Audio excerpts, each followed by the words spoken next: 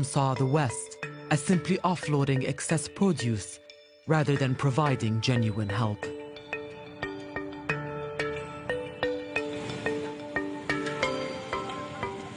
But Somali fishermen also had problems.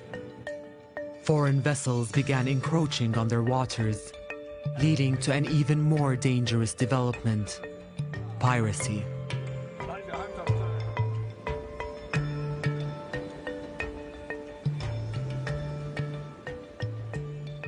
ahaatee iskaashatooyinka dhibaatooyinkoodu ma yara mar dhexe oo burburkii markii uu dhacay kadib waxaa dhacday markii dadka kalluumaysatada ay baddi ay ku nabadgeli waayeen oo maraakiib shisheeye oo kalluumaysi sharci darraa baddeenna ku haya ay qalab